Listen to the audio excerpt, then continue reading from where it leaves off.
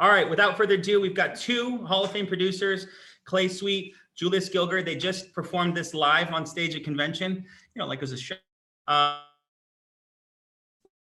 On how to sell insurance at an extremely high level. If you are struggling or if you are succeeding, it does not matter. This training will change your sales career. So listen up, take notes, and buckle up. Julius Gilgur, Clay Sweet, thank you guys for coming on. And notice their red jacket. No better people to train and get focused on than these two right now. Take it away, guys. Thanks, Grady. Thank you, brother. Congratulations. Congratulations. Thank you, sir. Thank you. How's it feel? Feels good, man. It feels good. Ready to get back to work, though. That's it. We're just keep rolling. Back at zero, right? Back to zero. Back to zero. It's interesting, guys. Like, I don't know about you, but for me, like going up there was kind of it was a nice way to be recognized, and obviously the culmination of all the hard work. Yeah. But at the end of the day, it's just like you said, right back to work, right? Like I don't feel any different. I got some accolades, but yeah, I mean, I was up on stage, and of course you want to reflect, and obviously, like he said, it is a culmination of a lot of hard work, but I found myself like thinking about Monday and dialing and, getting back to work and how Willis beat me last month.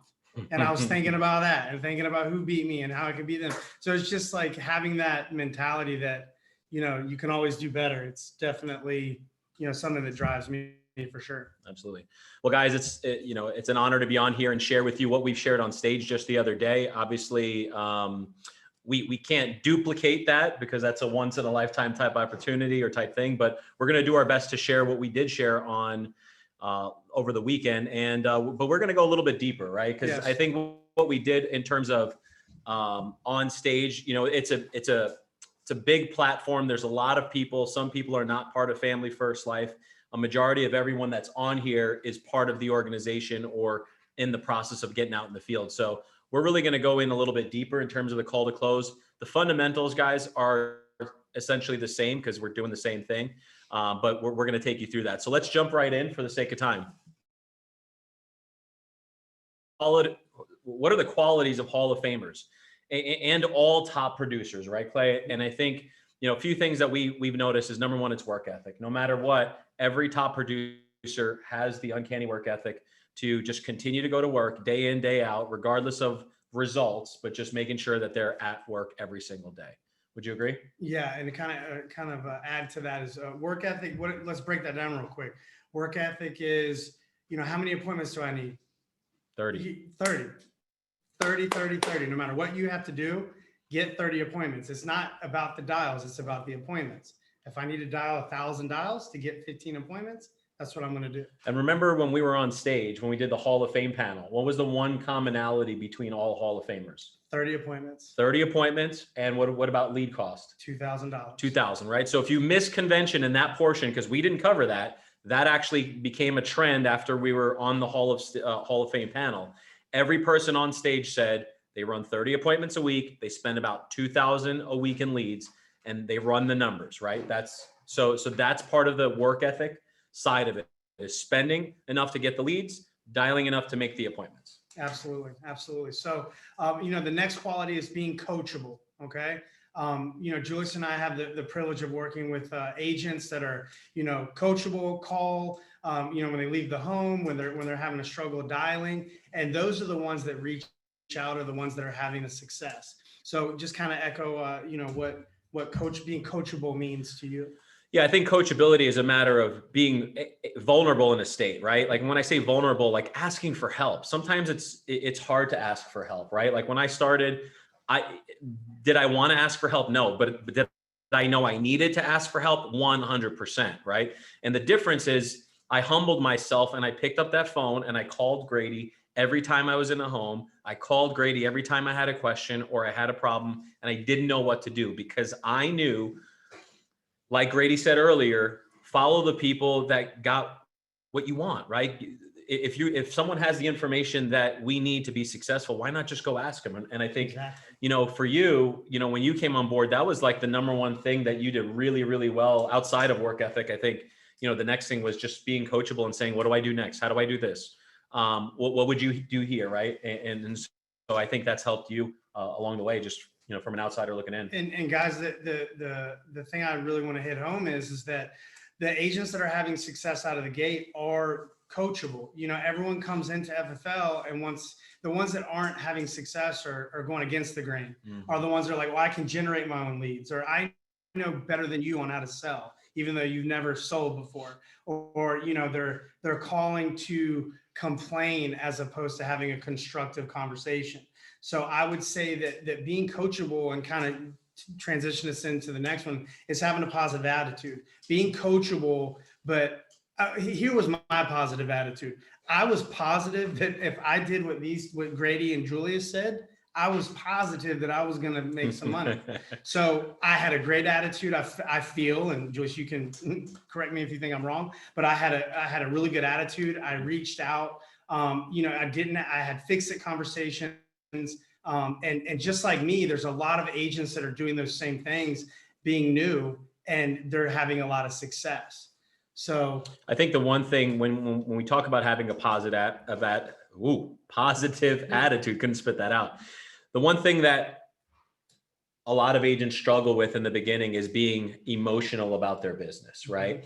And I think the sooner you guys can get to a place where you remove the emotion and you realize this is business, this is not personal, it'll allow you to just focus on what activity I need to take and make sure that you're having a positive attitude. I think where that changes for a lot of people is we get in our heads, right? I know I did when I started, right? I was, you know, I had a few no-shows, and now next thing you know, I'm pissed off at Bob, Mary, and everyone for not being home. And I'm like, well, what are they doing? Why are they making appointments, right? And just, you know, it was my own thought process. But what I realized was I was grateful for the opportunity. I had 4 more appointments on the books, and then I sold the next 2, and I still made $4,000 in a day. And I'm like, life is great. Like, who cares, right? Exactly. So it's a matter of perspective and having that type of attitude around it.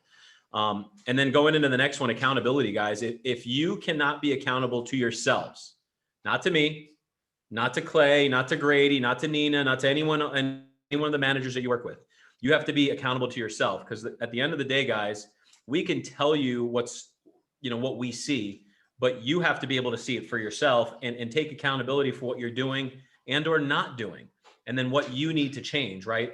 Dave Anderson, a lot of the stuff he said really resonated with me. One of the things he said is nothing changes until something changes, right? And so if something's got to change, that starts with us, right? And so I know personally for me, like, I have to continue to take accountability in my business, not only for production, but for building, right? Exactly. And so that's not something that's just going to help you become a Hall of Famer. That's going to help you become a successful business person. And so these are the qualities that'll help you in multiple aspects.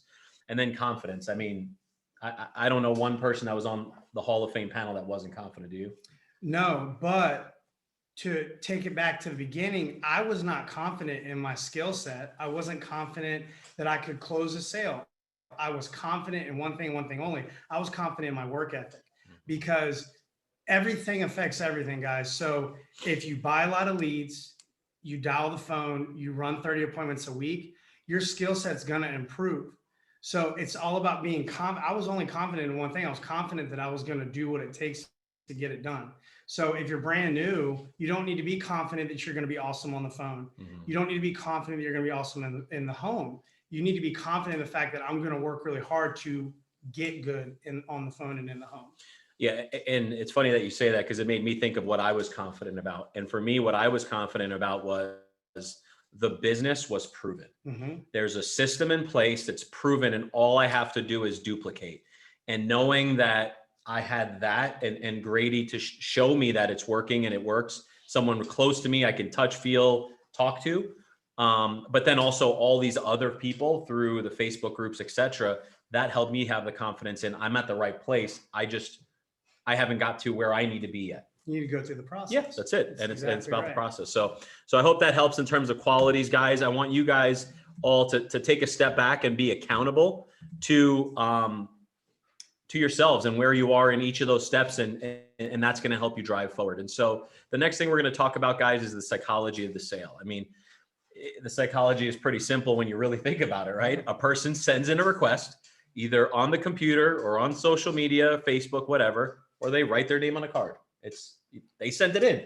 They're you didn't do it. Interested. They're already interested, right? And so we buy interest, right? I mean, we're paying for a person to tell us they're interested, and You and I don't have to worry about making the ad and sending the ad and receiving the ad and processing the ad and do it. Like, No. here's $11. Give me the names, right? Exactly. Like, it's that simple. Give me the names. And it's people that have actively raised their hands saying, listen, I'm interested in insurance, or at least hearing what you have to say. So I think when you're brand new and you're scared to death to start calling, you're not cold calling. You are literally calling someone that had took the time to fill out a form and put their address in and their date of birth, and that their favorite hobby is underwater basket weaving, and took all that time and what is underwater basket weaving? But, I just had to... but took the time to fill the form out. So you're not calling them out of the blue. You're literally responding to their request.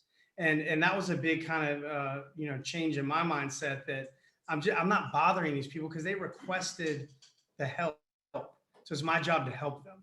Yeah. And then the next step is they even booked an appointment with us, right? Exactly. So now it's like, okay, not only did you send the information, you took the time to answer my phone call, schedule a time telling me you're going to be there. And so when I'm there, you already took 2 steps of initiation to actually proceed with this. So, and our job is really not to screw it up. And 85% of our job is getting a lead, booking the appointment. The rest of the in-home is just going through the process and finding out what we can do to help them, and really just, get them the information. And as long as you're coming from a place of, I'm not trying to sell them, I'm trying to actually help and service people and educate them to make a good decision. You're going to see it's actually a very simple process, and it's really not sales. It's more order taking, you guys, because you got to think about it. They technically are asking to order something. They filled out an information, right? They booked an appointment. They're ordering something. So let's talk a little bit about the mindset. Clay, I'll let you start on this one. So I said this on stage the other night. My mindset changed the day that I got my first death claim, and I realized that it wasn't about me. When we go in these homes, you're just like, I need to get a sale. I need to get a sale. I see everyone on Slack getting a sale, and why I'm not getting a sale. And you don't put the client first, and all you think about is it's called commission breath. I had a death claim, and I finally realized, listen, it's not about me, because somebody's getting sold in that home. Either I'm selling the client that they need the coverage, or they're selling me that they don't. And if they sell me that they don't, then guess what? If Bob dies the next day, that's on me, because I didn't do a good enough job. So you always want to put the client first. And when you go into the home, you're very assumptive. You're there to educate them. I'm educating them on the process. I'm educating them on the product, educating on them on what's going to happen next. And, I'm just walking them through the process. So, I'd like to take a minute or two and go through that. Is that what you want me to do? The in-home, go through? Yeah, I think that's on the next one. Okay. But yeah, so we'll do the open here in just a second. The key thing I want to talk about, as you guys hear Clay do his open, and our in-home opening and what we do is very similar, right? But the key in all this and what's helped us find success, guys, is making sure, like you see on the screen here, it says increase credibility and reduce sales pressure, right? What does that really mean? That really means, number one, no one really likes to be sold, right? No one, if you asked 100 people how many people like to go to a car dealership, you're probably going to get 99 people saying they're not going to want to go to a car dealership, right? That's why we got a guy here from Carvana where you could buy cars online and they deliver it to your house, right? That's why there's a service like that now, because no one wants to deal with the car salesperson. So we don't want to come off like that, right? So it starts with the phone and how we represent ourselves. And it also starts with what we're doing in the home. And then also just increasing credibility, right? A lot of people, they have a lot of different phone calls, scam calls they're getting, a lot of people out there just trying to hurt other individuals. And that's not us, right? We're legitimately trying to help people. So if you come in and you show them your license, you show them your badge, and you show them you're not trying to sell them and you're trying to help them, it's going to increase that credibility, which makes them feel safe and secure. And it's going to put their guard down because they don't feel like they're being attacked because we're trying to sell them something because we need the commission. We're just trying to help them. It allows people to sit back in their chair, have a good, open, honest conversation. And now we can get to, does this make sense? Does it not? And if so, what are we going to do? So with that said, let's talk about the in-home opening, right? So Clay, why don't we start out with kind of give them an example of what you do, your actual word tracks, okay, your actual opening, and then we'll kind of tie that into what's on the screen and how you did that. Gotcha. Okay, so I'm dressed business casual. I'm going to the door. I'm knocking with authority. I'm not knocking like the police, but I'm knocking with authority. When they open the door, hi, my name is Clay. I'm here for our appointment. Shoes on or off. No pass go. I go straight to the kitchen table. If the TV's on, I'm going, can we turn this off? I put it on myself. I get distracted very easily, so it helped me out if we could turn that TV off. I'm sitting down in front of them. I make sure that if it's a couple, that they're sitting in front of me. I don't want to be doing this the whole time during an appointment, because that you can lose focus. So I sit down and I have my briefcase, I have a folder, and I have the lead card. I sit down in front of them, and the first line, I've built some rapport to a degree, but I'm not real big on that. I used to think that I needed to talk for about 20 minutes. Talk to them. What do you do just right there? What do you do? That little bit of rapport just to kind of soften it. So I'll try to, I'm a sports guy. I'm there's a lot of different interests that I have, but like I can find generally something in the home on the walk-in that I could, if they're in the military, I've got a ton of family in the military. I was born in Virginia. It's a big Navy town in Norfolk. Or if they're a sports fan, I love the Lakers. So just something to kind of break the ice a little bit. So I heard Paul McLean say this a while back, and I was having troubles connecting with people in the beginning. I was just so transactional, and it hurt me because I was come in and I'm just right to business, and then people they'd shoo me out the door. I'd think about it because there's no connection, right? So one of the things Paul said to me that really resonated and helped me connect with people a little bit better is be interested, not interesting, meaning you're not there to entertain who you are and how great you are. You're there to understand your people, be interested in them and get to know them a little bit. So what I do that, outside of kind of the same stuff, if I see something around, I'll ask things like, hey, how long have you guys been in the house? Mm-hmm. Right? How long ago have you been in Arizona? Is your family from here? If they have like an ethnic name, oh, hey, where are you guys from? Like I had a client like that yesterday. And then but the other thing to do in there is reciprocate. You don't want to just be an interrogator, right? So like Clay said, I have family in the military, right? So you're asking with purpose, but you're also sharing something that there's a common ground with to become a little bit relatable. Exactly. So I guess the big takeaway for me is like, I'm interested and I'm engaged, but I'm not going to stand there and have a 20-minute conversation. Yeah. I used to do that in the beginning because I thought that Bob would buy for me, but in the end I would leave with a friend and not a client. So I sit down at the kitchen table. I make sure that if it's a couple, they're sitting in front of me. And I simply ask the following. I slide the lead card in front of them and I say, which one of you two filled this out? And then, whoever does, and I'll say, could you walk me through what was going on in your mind when you filled this form out? And then I just shut up and I let them talk for a minute or two. Something that I said the other night that I didn't really kind of hit home was we've got a lot of great lead vendors at FFL. We've got aged leads, we've got, mailers, we've got instants. I'm not quite sure exactly when they filled that form out. So they could have filled the form out 6 months ago and they might not have remembered why they filled that form out. So I want to draw out the emotion of why they filled out the form. So once they kind of talk for a couple minutes, I don't let them blab on for a long time, but I want them to kind of revisit why they filled out the form. And if they don't tell me specifically who they filled the form out for, I'll ask them, did you have anyone specific in mind? I'm getting my beneficiary right then and there. I'm figuring out why are we here? Because insurance is a very interesting thing that the person that's actually purchasing the insurance is never going to use it, never going to see it. They're not buying a TV that they're going to be able to use the next day. They're buying insurance that they're not going to be here anymore for their loved ones to be able to use this. So you have to get it in their head that Bob's not buying it for Bob. Bob's buying it for Mary. Mm-hmm. So the third thing that I ask, and I use it as a, by the way, is there any reason why you haven't put this type of protection in place before? And so basically what I'm doing there is I'm kind of laying the cards on the table like, you're not going to be able to tell me that you need to think about it, Bub, because you just told me that you're 60 years old and you've never put this in before, even though you should. So my biggest thing is during the in-home, I'm starting to build some I said the other night, some bullets. I'm building my bullets to counteract objections. Okay. So once I do that, I've figured out why they filled out the form, what's taking them so long, who they're filling out the form for, and then I let them know who I am. So my name is Clay. I'm a local field underwriter in Maricopa County. I see roughly between 10 to 12 families each day. Bob, my job is very, very simple. I'm here to take a little bit of prescription, a little bit of medical, and a little bit of financial. Now, based on how you answer those questions, I'll be able to make a recommendation for coverage. All the programs that I'm going to recommend are state regulated. Now, as I'm talking, I'm pulling out that black folder I was talking about that's got my state license and my credibility sheet.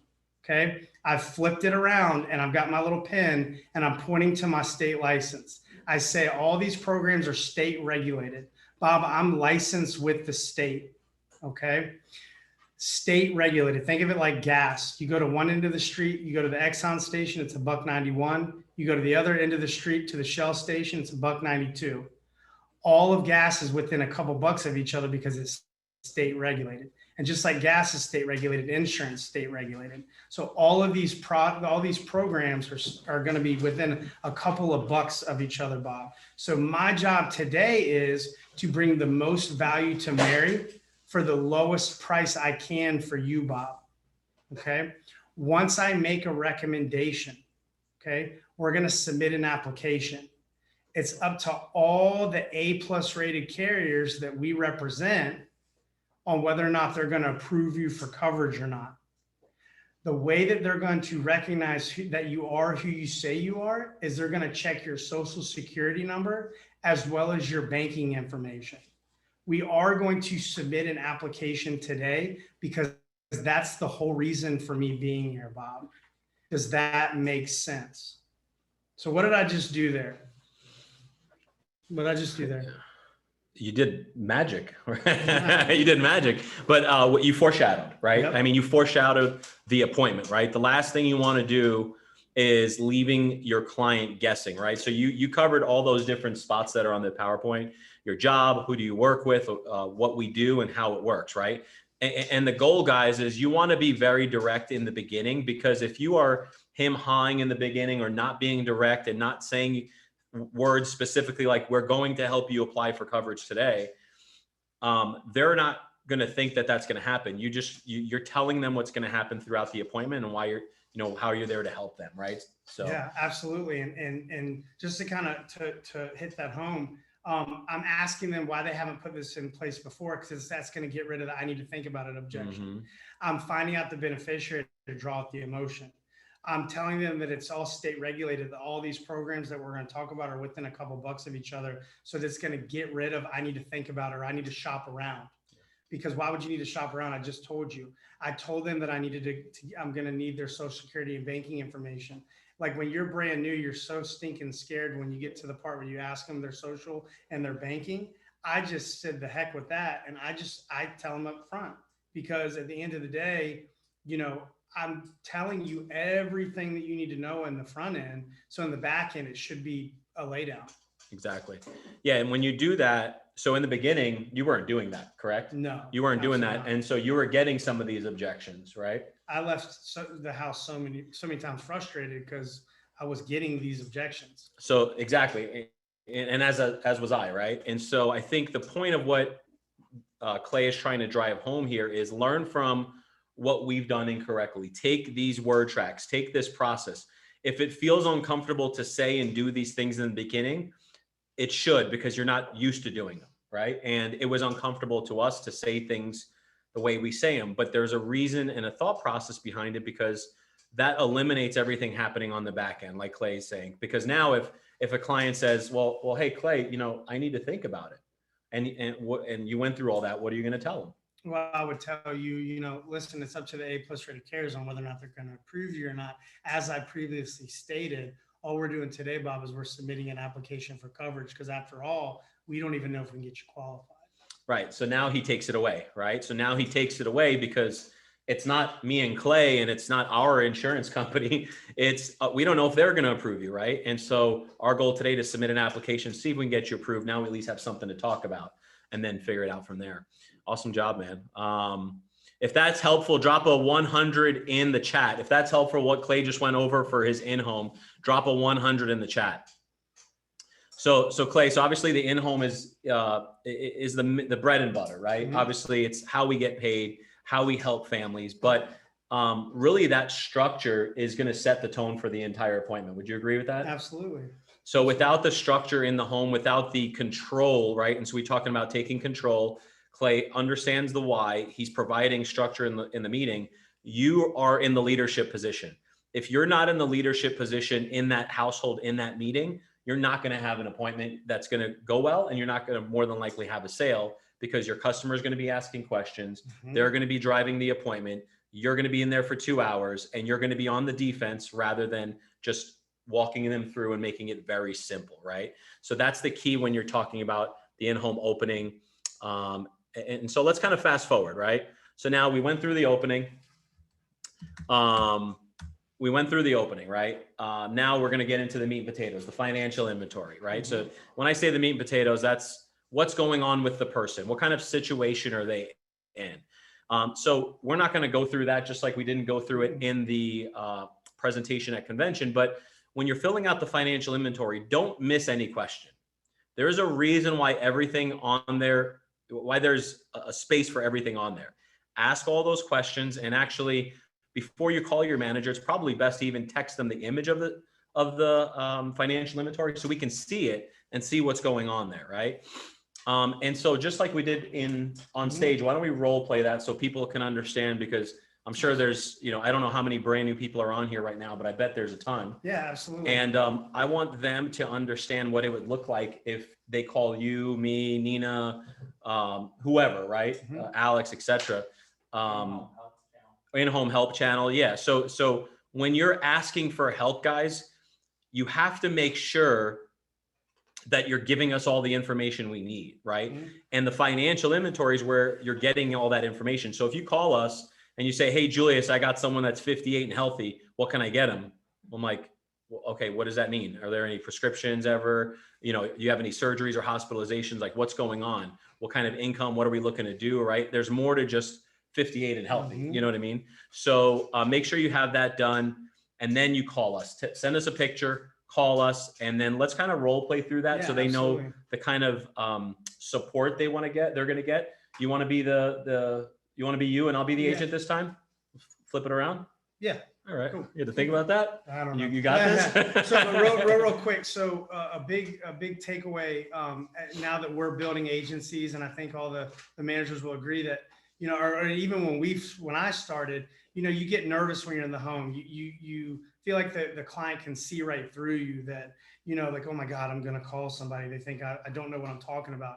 It's exactly the opposite. It actually brings you more credibility, because 2 opinions are better than 1. So like when I call Julius, or if I tell the client, to this day, I still call sometimes. And I'm like, look, I think I have a pretty good idea of where I need to go. Let me call my manager. That brings nothing but credibility. So I just can't stress that enough, that take your time going through the financial inventory. Make sure that you've got that nice iPad in front of you. Google. If they don't know a prescription, Google it. They don't know what you're doing on the other end of that iPad, so that when you call your manager, you're going, listing the medication and what they're taking it for. And it doesn't matter. You need to get that information. So however you can get it. Don't be scared. You really, really bring credibility when you call your manager. Yeah. And when I was doing this in the beginning, the word tracks that I use is let me call my senior underwriter. I just want to make sure I'm doing the best for you, Mary. I want to make sure I'm putting you in the best possible situation, and I want to make sure I didn't oversee something. Hang on one moment, okay? Now they see that you're just going the extra mile, right? You're trying to do that. So let's roll through that. I'll call you this time, okay? So Mary, give me 1 second. I'm going to call my senior underwriter. I want to make sure I'm doing the best for you. I want to make sure we're putting you in the best possible position, okay? All right. Hello, Clay. Hey, Julius. Hey, Clay, I'm in a home right now. You have a moment? Yep. All right, cool. I'm sitting here with a 62-year-old. They're taking a few different medications. They're unemployed currently, or retired, I should say. They're taking lisinopril, losartan, and simvastatin. So they got some cholesterol, diabetes, some high blood pressure. No major surgeries, nothing like that. They're looking for some final expense coverage. What would you recommend here? Okay. Did you go over, did you ask them if they wanted to be buried or cremated? I did. They want to have actually a burial, and I let them know that the average burial cost is about 15 to 20 grand. Okay, perfect. Okay, so you're going to want to go with, if you want to write this down, you're going to want to go Okay. with Americo Eagle Premier. Okay. Okay. There's many benefits to this program. So number one, it's a whole life product. So it lasts their whole life. The payment stays the same. So it's never going to change. The benefit stays the same. So it's what's called a level benefit. So it's never going to change no matter what happens. Okay. Okay. There's also cash value that builds up within the account. So they're going to pay the insurance carrier a little bit of money to protect their loved one every month. They're going to take a little bit of that little bit of money and put it into a cash value savings account. Okay. Okay. And then there's a terminal illness rider. So if they come down with something terminal, they've been given less than a year to live, they can access up to 50% of that benefit while they're alive to help take care of medical expenses. Cool. Okay. Right. And the last part is there's a double accidental rider. So if Bob dies in an accident, if he slips and falls off the roof, putting down the Christmas decorations, or gets an accident, the policy doubles. Okay. Got it. So the company's called Americo. They've been around for close to 100 years. They're based out of Kansas City, and the product is called Americo Eagle Premier. Probably want to show him the max value, Okay. which is 30, and then Okay. show him 20 and 10. Okay. 20 and 10. Got Okay. it? All right. So Eagle Premier, Americo, permanent coverage. You said it lasts their whole life. Price is the same. Coverage is the same. You said terminal illness, cash value, and double accidental. Yep. And then 30, 20, 10, right? Yep. Okay. I think I got it. If I have any questions, I'll call you back. Let me know. All right. Thanks, man. Bye. So that's what happens, right? That's an example of an in-home call, right? And the client's sitting there, they're probably doing something on their phone or just kind of sitting and watching. But the last thing you want to do is call your manager on speakerphone. Number one, let's kind of put that out there. You don't ever do that, right? Don't ever do that. Okay? Please. I'd like take me off speaker now, right? Like, do not do that. Not that we're going to say anything bad, but we're trying to coach you. We're trying to tell you what to say. And we're giving you the words and the tools and the benefits to put in your ear. So all you have to do is write it down and regurgitate it, right? So when we say to you, you don't need to know the products, you literally don't need to know the products, because we're going to tell you which product, which company, and what to tell them about the benefits, and then what options to show. So, so when you do that, obviously show them 3 options like Clay mentioned. You're going to do top-down selling. And what that simply means is you're going to put your most amount of coverage at the top, which will be with the premium next to it, then the middle option, then the lowest option below, right? And when I explain it, I always explain from top down. Now, this is the max benefit, Bob, that you are eligible based on what you've shared with me today. Okay, now it's $30,000 in coverage. That is $150 a month. I explained and you want to explain the benefits first, right? So you don't want to do price after benefit. You want to do benefit after price, right? That's something that I learned back in my sales training days is you explain the benefits, then you explain the price, because you're selling value. You're not selling based on price, right? So, hey, 30,000 of coverage, what that's going to do for you, Bob, is going to make sure that you can have a burial like you want. And then you leave Mary with at least $10,000 after all those expenses. The second option is we can do $20,000. Depending on the cost of your burial, you'll be able to at least cover the burial. There may be a few bucks left behind for Mary, or if you want to get at least $10,000 in coverage, that will make sure that at least your minimum expenses are covered. Mary may have to cover a few extra dollars, but at the end of the day, something is better than nothing. So of these 3 options, we don't know if we can qualify today, right? Because it's not up to me. But if you could, which of these options are you most comfortable with for your final expense coverage? And that's the magic question. We can't decide today. And Julius did a great job of hitting home the other night. It's not quotes, it's options. We're not quote guys, quote gals. We're giving options. So that's the biggest thing is you ask that question, but you're almost taking it away. Correct. I don't have the power, Bob, to decide today. The insurance carrier is going to decide. So all we're doing today is we're submitting an application. But if we were, once we submit an application and they do approve, which check do you want Mary to get? That's another way you can ask it. Mhm. Is that what you ask? I heard Josh Crenshaw. I'm I heard that. I'm gonna use that. That's the thing too, real quick. You can always learn new things. And I've done the same thing for a year, and I heard it.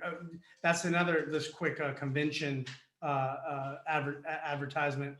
I learned so much in convention. I'm going to incorporate some of that stuff. So yeah, I'm going to try that. Yeah, that's cool. Yeah, he did a good job. And obviously Josh sells at a high level. He's a Hall of Famer too. And that's the thing, guys, that there's really no wrong way to do this. The only wrong way is to not actually take action and do anything. That's the only wrong way. As long as you are putting one foot in front of the other, you're constantly learning, you're constantly trying to get better. And that's what me and Clay are still doing, right? Like, I don't think I'm really that good. I'm just doing what everybody's telling me, and I'm running a lot of appointments. Like literally, I don't think I'm that good, right? And so you don't have to be good. You just have to run the numbers. That's the good thing about it. And so let's kind of talk about the last step here, which is closing the appointment. You know, kind of what we do is after you've asked the magic question, they're going to pick one, right? Typically, they're going to pick the middle one 80% or so of the time. Great. All right, Bob, let's see if we can get you covered. I just need a driver's license and a voided check or the banking info, whatever's easier for you. If you happen to have a bottle of water, that'd be great. And you just wait. They go get it, right? I do bottled water because I don't know where their water's coming from. That's just me. Call me bougie, call it what you want. But if they come with a cup, I am not drinking that. I'll do the little like pretend sip, but I will not. I promise you, I will not. So I ask for bottles of water. It is what it is. But then you fill out whatever OCD, I guess, whatever. You fill out the application, right? So now we're filling out the application, and I show them like, hey, I'm just helping you fill out the application. Again, reducing sales pressure. I'm on your side. I'm here to help you. You type everything in, and then you review it with them. Show them, hey, here's your name, here's your address, here's your social, here's all the info, here's how much coverage we're applying for, here's your beneficiary. You're at the most critical part. The last thing you want to do is not show them, right? Like you've already done all the hard work. Walk them through it, right? Just like if you're doing any paperwork for a home or a mortgage or you're buying a car, right? You want to see the paperwork just like they do. And just summarize it. Hey, this page is for your banking authorization. Hey, this page is for your critical illness coverage or your living benefits that we already talked about. This page is all your personal information. So I literally just give them a one sentence. This is what this page is. This is what this page is. This is what, okay, great. I need you to sign here.